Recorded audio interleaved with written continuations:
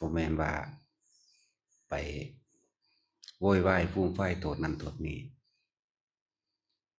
คำว่าทุกข์เนี่ยทุกข์อันเราควรกำหนดรู้นี่เฮาเป็นหยังจึงทุกข์เพราะว่าเฮาเข้าไปยึดหยังต้นแรกยึดร่างกายนั่นแหละทุกข์เพราะว่าป่วยทุกข์เพราะว่าหิวร้อนหนาวหูหนวกน้ำเข้าหูทุกข์หลายๆอย่างแล้วก็โวยวายฟูมไฟายโทษโน่นโทษนี้ที่จริงเฮาต้องกำหนดรู้มันว่าเฮากำลังยึดมัน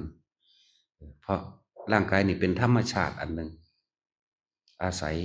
อาหารเครื่องนุ่งห่มอาศัยสิ่งต่างหล่อเลี้ยงมา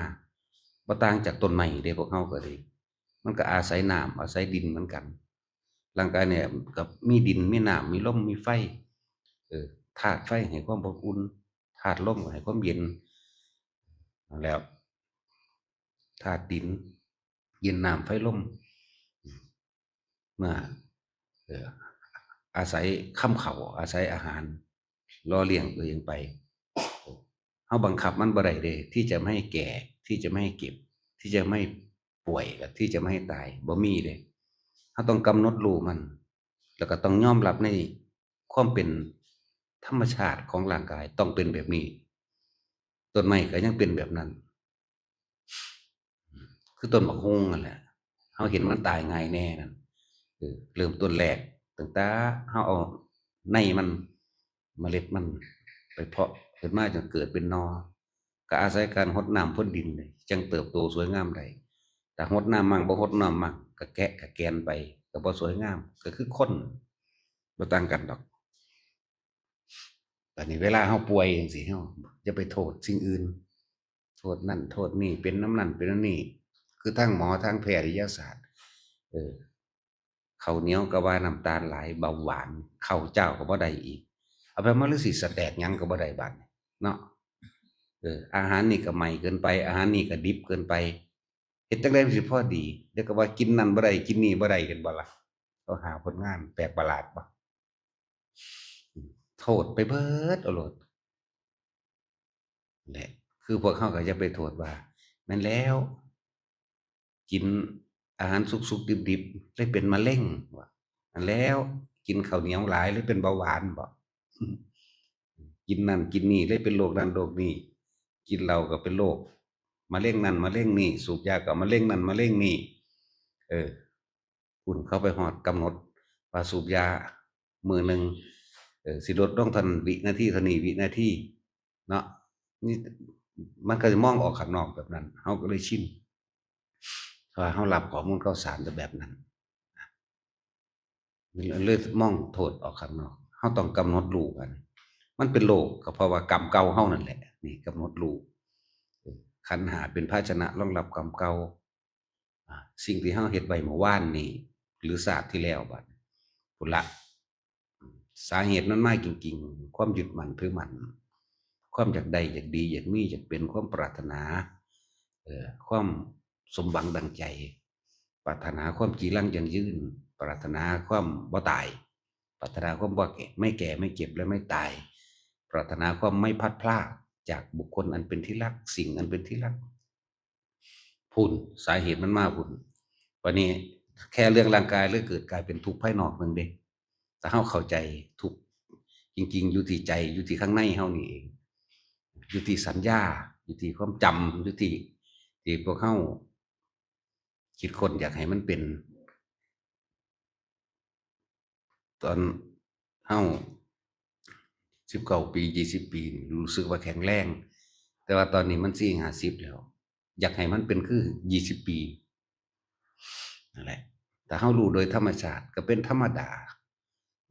สิ่งใดสิ่งหนึ่งเกิดขึ้นเป็นธรรมดาก็เปลี่ยนแปลงเป็นธรรมดาแล้วก็สุดท้ายแล้วก็ต้องล้มเสียหายตายจากเป็นธรรมดาตัวเฮาก็เหมือนกันนะบักฮุ่งก็ปี2ปีมันก็ตายเฮาก็บ่นานเฮาก็ตายคือกันกับต้นบักฮุ่งคือต้นไม้คือผักคือหญ้านี่แหละบ่ต่างกันดอกถ้าเราเข้าใจธรรมชาติของร่างกายเกิดแล้วต้องแก่ต้องเจ็บแล้วต้องตายเฮาก็ยอมรับมัน เฮาสิบ่ไปโทษภายนอกว่าเป็นเพราะกินเหล้าเลยเป็นมะเร็งตับสูบยาเลยเป็นมะเร็งปอดนั่นนี่แล้วบางบัดนี้ในคนที่เขารวยๆคนคือเขาว่ากินเหล้าสูบยาเขาคือเป็นมะเร็งฮึมันเป็นนำหยังเขาคือเป็นโรคนั้นโรคนี้อยู่เออบางพวกก็บ่ได้กินข้าวเหนียวเดะคือเป็นเบาหวานน่ะทั่วโลกอยู่เนาะ พอปู่ดีดอายุ135ปีสูบยามาตั้ง5 ปี5-6 ปี135 ปีแถมซ้ำบ่เป็นโรคหยังอีกเฮาทันเพิ่นตอนเพิ่นนั่นอายุ135อันนี้เฮา35 ปีเบิ่งหนึ่งปลายมันล่ะขนาดนั้นมันเป็นนำหยังสั่นอายุคือบ่สั้นลงตามที่เขาคำนวณเอาไว้ว่าสูบยาเท่านั้นสูบยาเท่านี้อายุสิสั้นลงเท่านั้นปีเท่านี้ปีว่าซั่น อุ้ยแล้วหังเป็นตาบ่ยืนตัวสูบยาตั้ง5 ปี10 ปีแล้วสมควรสิตายแล้วแต่เขาสิกำหนดมาแบบนั้นเนาะแต่นี่บ่แม่นเลยกรรมเก่าที่พวกเราเฮ็ดนั่นแหละจังว่าเฮาเอาสัญญามาสอนปัจจุบันได้เอาอดีตนะเอาอดีตเก่าๆเรื่องเก่าๆมาสอนตัวเองเอาความเก่านั่นแหละมาสอนในปัจจุบันว่าเฮาสิบ่เฮ็ดคือเก่าเออเฮาสิบ่เฮ็ดอิหยังที่มันไปแน่เฮารู้แล้วว่าอายุสั้นพันตายและเป็นโรคเป็นภัยไข้เจ็บตลอดทั้งการถูกเบียดเบียนเกิดว่าเฮาเคยไปทำร้ายรังแกสัตว์ทรมานสัตว์เบียดเบียนสัตว์แล้วก็เป็นคนมักฆ่าสัตว์จังซี้เบียดเบียนคนอื่นมั่งนี่รังแกข่มเหงต่างๆสารพัดมาแต่สุดท้ายแล้วมันก็มารวมอยู่ในสัญญาอารมณ์ความรู้สึกรวมในใจเฮาคือเก่าเฮาก็เอาเรื่องเก่าๆแล้วมาสอนตนเองแต่คนเฮาส่วนมากนี่สิโวยวายฟูมฟายสิบ่พอใจสิเป็นทุกข์ตอนที่มันบ่ได้ดังใจเด้ตอนที่มันบ่ได้ดังใจ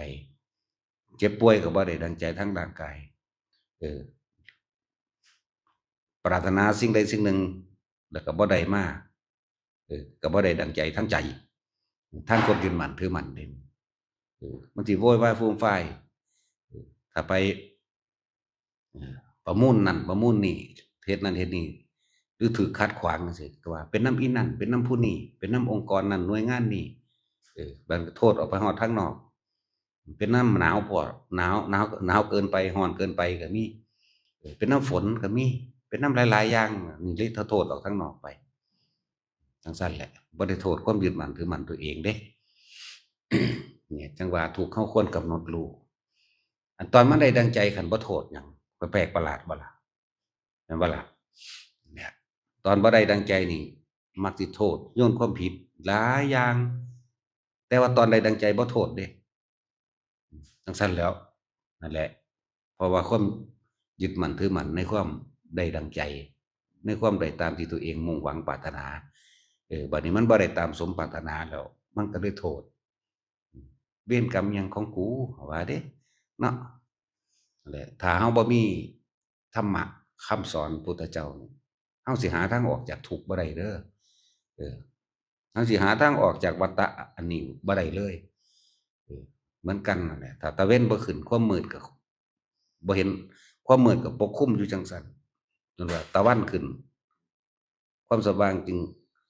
เกิดขึ้นเฮาจังเหลียวเห็นนั่นเห็นนี่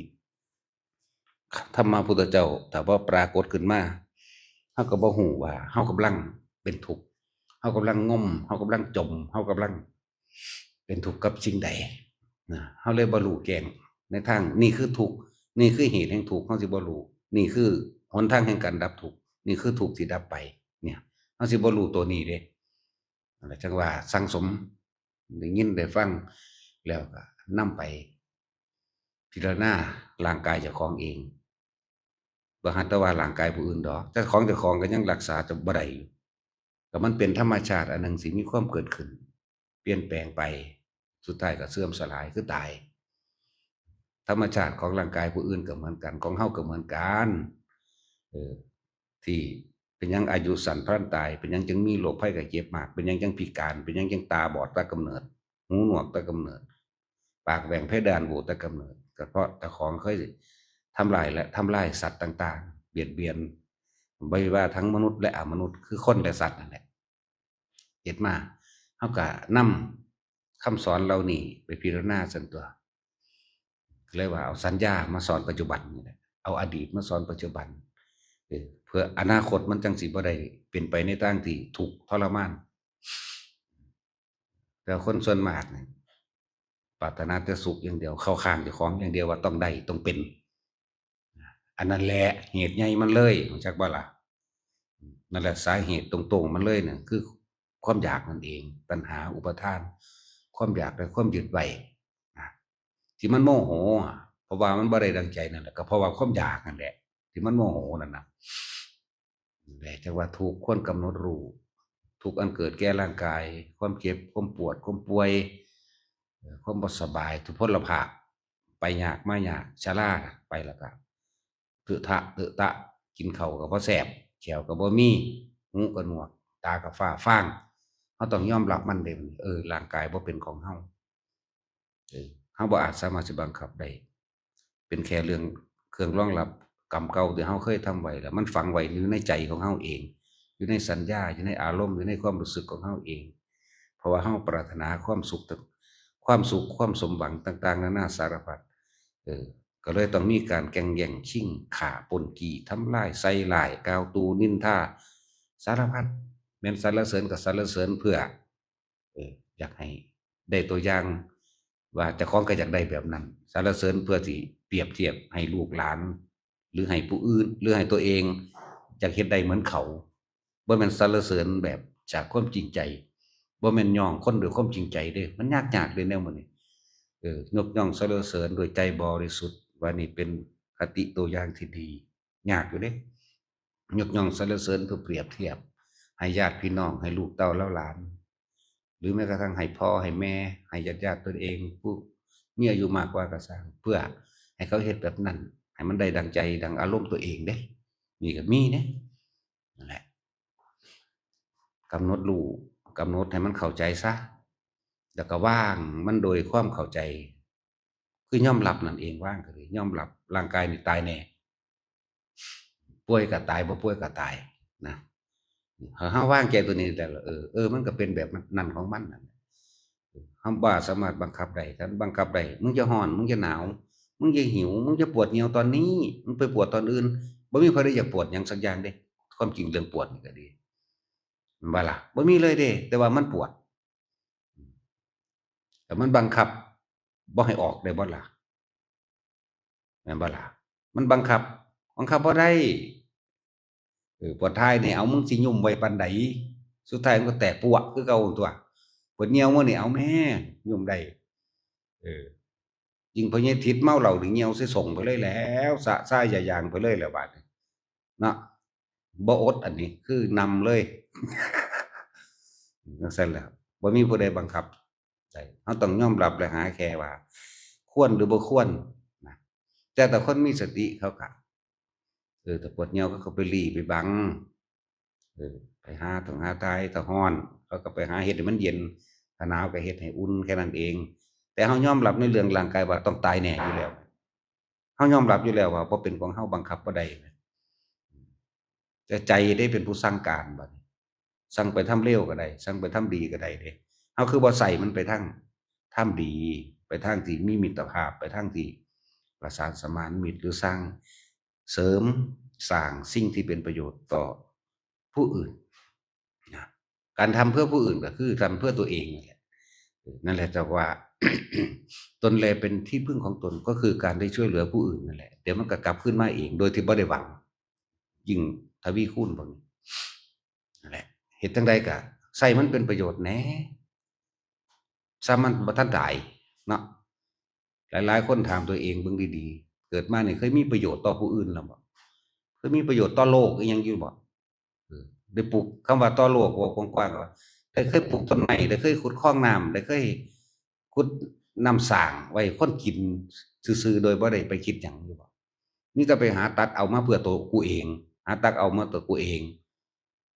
หาอยู่หากินเพื่อตัวกูเองเบิดนั่นแหล้วเคยช่วยเหลือผู้อื่นแบบลักษณะแบบบริสุทธิ์ใจแบบบ่หวังหยังอยู่บ่มีแต่ช่วยเพื่อตัวกูเองนี่แหละ ช่วยเพื่อให้เขากลับคืนมาช่วยตัวเองตัวง่ายๆคือพวกเขาหาเงินซื้อเสียงพวกสสนี่พวกสสพวกสจสแมงก็แล้วแต่เถอะเอาให้ว่าแม่นซอยเด้นั่นนะเพื่อให้เขาเลือกตัวเองเด้นพวกพวกให้ท่านพวกมุนีก็เหมือนกันพวกช่วยเหลือก็เพื่อให้เขาช่วยตัวเองด้วยกันบ่ต่างกันได้นั่นทำสิ่งหนึ่งเพื่อแลกสิ่งหนึ่งบ่ได้ว่าทำเพื่อทิ้งนี่คนละอย่างกันจังว่าเฮามีชีวิตอยู่ตัวนี้ใช้มันเป็นประโยชน์แน่ปลูกต้นไม้ให้นกให้หนูได้อยู่ได้กินแน่ปลูกผลหมากรากไม้ให้คนให้สัตว์ได้กินแน่ขุดบ่อน้ำให้เขาได้กินได้อาบแน่แต่ของเอ่อเคยคิดพ้ออยู่บ่ถนนหนทางนี่ไผสร้างเนาะกูคือเที่ยวสบายแท้น้ำสร้างน้ำบ่อหรือน้ำประปาเนี่ยไผเฮ็ดเนาะกูคือกินไปเลยโลดผลหมากรากไม้ไผปลูกเนาะกูคือไปหลอยเอาไปลักเอาของเขาเออของน้ำปลาน้ำดงพุ่นน่ะพวกเห็ดบ่พวกผลไม้บ่หรือไม้ต่างๆไผปลูกไว้เนาะกูคือเอาโลดแหมเนาะเคยปลูกโดยบ่ได้คิดหยังบ่มื้อนี้แหละนั่นแหละเอามาคิดเบิ่งก็เลยบอกว่าเคยเฮ็ดอิหยังเพื่อผู้อื่นโดยบ่หวังสิ่งใดตอบแทนบ่มีแต่เฮ็ดเพื่อตนเองอยากได้ไม้ลำใดงามๆตัดเอาโลดแต่ว่ามันบ่มีเจ้าของนั่นแหละบัดนี้ถามตัวเองเบิ่งดูไผปลูกแล้วเฮานี่เคยคืนสิ่งเหล่านี้ให้กับโลกบ่เออต้นไม้เป็นหัวใจของโลกมันให้เทิงอากาศมันให้เทิงน้ำต้นไม้นั่นเจ้าของมีแต่ไปตัดเอามันทำลายเทิงอากาศทำลายเทิงน้ำเนาะนั่นแหละ นี่พูดถึงว่าเฮาเคยเป็นเกิดมาเนี่ยเฮาเคยทำประโยชน์อีหยังบ่มันหากินเฉพาะตัวเองเด้หากินเฉพาะตัวเองพอรักก็รักเอาเด้ฆ่าพอฆ่าก็ฆ่าเอาเด้เว้าเรื่องง่ายๆเรื่องฆ่าสัตว์นั่นแหละพอฆ่าก็ฆ่าเอาแต่มันเฮ็ดให้เจ้าของเลินแหน่นี่สูญฆ่ามันอย่างโหดเหี้ยมโมโหอย่างใหญ่นั่นแหละคือความเห็นแก่ตัวของเฮาเอง คือความอยากใดของเฮาเองนั่นแหละสาเหตุแห่งทุกข์ทั้งหลายมันมาจากความอยากใดทางใจนั่นแหละมันมาจากตัณหาและอุปาทานตัวเองตัณหาคือความอยากอุปาทานคือความยึดแต่มันเป็นแบบนี้ถ้าบ่ได้ดังนี้แล้วกูก็โมโหล่ะฆ่าล้างทำลายกันล่ะสาเหตุใหญ่มาพี่จึงบอกว่าทุกคนกำหนดรู้แต่การรู้แจ้งเห็นจริงตามความเป็นจริงแล้วก็ยอมรับกับมันร่างกายบ่เป็นของเฮาเป็นภาชนะรองรับความเจ็บปวดทุกชนิดเป็นภาชนะรองรับโลกทุกอย่างและสุดท้ายตายบ่เหลือจักคนทั้งสัตว์เลยสัตว์จริงทั้งหลายเกิดขึ้นมาแล้วที่จะไม่เสื่อมสลายตายไปบ่มีจักอย่างเฮายอมรับเฮาก็คลายความกังวลกับสิ่งเหล่านี้ป่วยก็ไปรักษาอาหารนี่เป็นที่หนึ่งของโลกอยู่แล้วเป็นเครื่องบำรุงร่างกายซื่อๆหล่อเลี้ยงร่างกายเลี้ยงไปซ้ำเฒ่าซ้ำตายนึงเด้บางคนก็บ่ได้ตายเฒ่า ตายก่อนสิเฒ่าเนาะบางคนก็บ่ได้เฒ่าตายอยากบ่ใครแน่พวกนี้เฒ่าพอตายแล้วล่ะเนาะตายซะไผสิตายก็เลยหม้องเผาก็เฮ็ดแล้วสัญญทิศก็พอตายแต่รุ่นแหละแฮ่งบ่ตายจักอยู่เฮ็ดหยังเนาะจั่งซั้นแหล้วนั่นแหละกำหนดรู้แล้วก็ยอมรับบ่มีข้อถกเถียงตายแน่เฮาก็บ่ได้กังวลกับเรื่องนี้เท่านี้ปวดก็หายาแก้ปวดมากินร้อนก็เฮ็ดให้เย็นหนาวก็เฮ็ดให้อุ่นเฮ็ดไปก็เฮ็ดไปตายนั่นแหละยอมรับมันพี่บัดนี้มาจ่อใส่ตัวจิตตัวคิดพี่บัดนั่นแหละจึงบอกว่าเอาสัญญาอารมณ์เอาอดีตมาสอนปัจจุบันเอาอดีตมาสอนปัจจุบันเพราะสิ่งที่เรากระทำไว้แล้วทั้งหมดปัจจุบันเราจึงเป็นเช่นนี้ถ้าเฮาบ่สละเฮาบ่สละเฮาบ่ยอมรับความจริงเฮาบ่สละความคิดความเห็นต่างๆออกอนาคตเฮาก็จะเกิดมาเป็นเช่นนี้เหมือนเดิมก็เอาอดีตมาสอนปัจจุบันเพื่อบ่ให้อนาคตเกิดเป็นทางทุกข์แต่ว่าคนเฮาส่วนมากอดีตกับอนาคตตีคู่กันตลอดแต่ว่าบ่เคยเห็นหัวปัจจุบันเลยปัจจุบันคือหยังปัจจุบันคือสติรู้สึกตัวในปัจจุบันนี้รู้ลมหายใจในปัจจุบันนี้นี่วิธีละอดีตและอนาคตละอดีตและอนาคตคืออย่าไปคิดถึงเรื่องเก่าๆแต่คิดถึงเรื่องเก่าๆแล้วปรุงแต่งไปในอนาคตไปในข้างหน้าก็ไปเกิดใหม่นั่นแหละ นั่นแหละจังว่าพวกเฮาน่ะโดดข้ามปัจจุบันคืออดีตอนาคตปัจจุบันตอนนี้สุขคือพอใจทุกข์คือไม่พอใจไม่สุขไม่ทุกข์คืออุเบกขานี่สามอย่างเนี่ยมันจะเอาเฉพาะสุขทุกข์มันบ่เอาแต่กระไดมาเห็นปะล่ะแต่หาอุเบกขาหาการวางจิตเป็นกลางยากยากเหมือนกับการอยู่ในปัจจุบันก็ยากกลางวันการวางจิตเป็นกลางนี่ก็ยากเนาะมีแต่จังสั่นเด้จังซั่นแหละมันก็เลยต้องอนาคตพวกเจ้าก็เลยต้องเกิดมาแบบเก่าทุกข์แบบเก่าเออดีบ่ดีคำว่าเก่าเนี่ยเก่าเป็นสัตว์นั่นแหละสิเป็นหมูเป็นหมาก็ตามเป็นงัวเป็นควายเป็นแมลงสาบก็ตามจังซั่นแหละ ฉันต้องเข้าใจคำว่าเป็นผู้มีสติรู้สึกตัวอยู่ในปัจจุบันให้ได้ลมหายใจนั่นแหละคือปัจจุบันลมหายใจนั่นแหละคือสติความรู้สึกตัวนั่นแหละคือปัจจุบันความรู้สึกตัวหรืออุณาโลมนั่นแหละเป็นปัจจุบันเป็นสติเป็นสมาธิเป็นความตั้งมั่นแล้วก็อย่าหวั่นไหวคืออย่าไปคิดกับสิ่งที่มากระทบกระทั่งอันใดเกิดขึ้นก็ปล่อยผ่านนั่นแหละเว้ยบ่แม่นนำเข้ามาหาแต่เหตุผลกับมันคือหยังร้ายหรือดีผีหรือคนอ่ะมันสิแปลงสั่นเด้ร้ายหรือดีผีหรือคนนะจังว่าลองรู้อยู่กับมันซื่อๆรู้เฉยๆเห็นเฉยๆนั่นแหละจังว่าให้ทุกคนฝึกหัดคนที่อยู่กับลมได้ก็อยู่ไปคนที่อยู่กับความรู้สึกในหน้าผากในหัวในกลางอกอยู่ไปอยู่ไปซ้ำตายตายแน่ๆนั่นแหละจิตไม่คิดไม่นึกพี่บาดนี้เฮาสิตัดสาเหตุแห่งความเกิดคือความคิดเฮาพี่ตัดลงมาอย่าจังว่าฝึกไปเรื่อย แค่เฮามีความรู้สึกอยู่ในปัจจุบันมันกระดับได้ทุกข์ไหมเฮาสิไปสรรหาหม้องใดอีกทุกข์เพราะคิดถึงอดีตเราต้องการให้มันเป็นอนาคตแบบนั้นซื่อเด้คิดถึงสัญญาเบิดนั่นแหละไผก็ดีอนาคตจึงเกิดแต่ว่าดับสัญญาคือบ่คิดถึงเรื่องเก่าๆคือเออแต่ว่าเอาความคิดละความคิดหรือดับความคิดหรือบอกความคิดว่ามึงอย่าคิดบ่ได้เด้นั่นแหละคิดก็เลยต้องเอาลมหายใจมาเป็นกุศโลบายมาลวงมันหลอกเจ้าของเองนั่นแหละเพื่อให้อยู่กับปัจจุบันเพื่อให้มีสตินั่นเองนั่นแหละวิธีเพิ่นพาฝึกก็ฝึกไปพุทธเจ้าละพาฝึกก่อนหมู่นั่นอานาปานสติคือลมหายใจเฮาเองเฮาอยู่กับลมหายใจได้บ่มีอิหยังเกิดขึ้นได้นั่นแหละมันดับบ่แห้งได้ทุกข์ก็เลยเอออยู่กับความรู้สึกในกายมื้อนี้มันดับแล้วได้ทุกข์แล้วมันบ่มีอิหยังอีกมันเป็นอุเบกขาแล้วเด้เนี่ยอยู่ไปจนว่ามันตายไปกับอุเบกขาตายไปกับลมหายใจมันจะเอาหยังมาเป็นเหตุให้เกิดมันมีความอยากความคิดมันบ่ไปหรอกนั่นแหละพอ